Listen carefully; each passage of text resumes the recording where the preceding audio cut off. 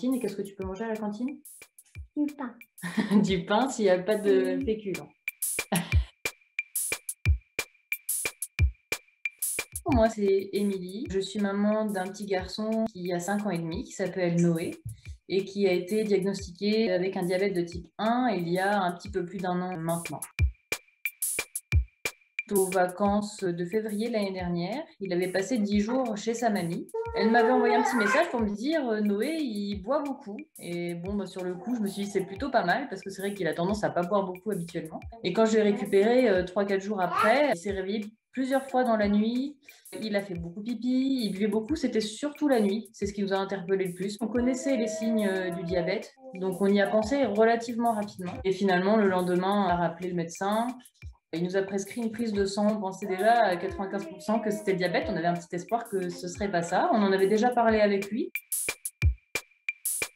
Ce qui a été difficile pour nous, oui, c'est de se dire qu'il y a tout le quotidien qui va changer. À gérer les hypos, à gérer les hyper, c'est vrai que c'est beaucoup d'informations en très peu de temps.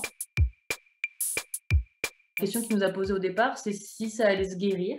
Donc nous, on lui a dit que ça se soignait, mais que ça ne se guérissait pas encore pour le moment et qu'on espérait peut-être qu'un jour, ça pourrait se guérir. À l'hôpital, il était quand même assez craintif. L'équipe a été très très bien, ils ont très bien su s'adapter à Noé et le mettre en confiance. Après, on lui a bien expliqué dès le départ que c'était essentiel, qu'il avait besoin de son traitement et qu'on ne pouvait pas s'en passer. Donc il l'accepte quand même. C'est vrai que Noé, on peut discuter facilement avec lui. Casquette de soignant, on le fait au quotidien parce que de toute façon, il faut le faire. Ce qui est difficile, c'est qu'il faut s'adapter tous les jours. En fait, chaque jour, il faudra prendre une décision à un moment donné sur le bolus, sur l'adaptation, sur le basal, est-ce qu'il y aura de l'activité? Et c'est d'être tout le temps en fait dans ce questionnement d'adaptation du traitement. Qui pourrait quasiment tout faire comme avant, c'est-à-dire manger des bonbons de temps en temps s'il veut, manger encore des pâtisseries, faire du sport. Ça, c'est vrai que déjà, ça a été rassurant parce que quand on pense au diabète, on pense restriction tout de suite. Ça a été quand même réconfortant.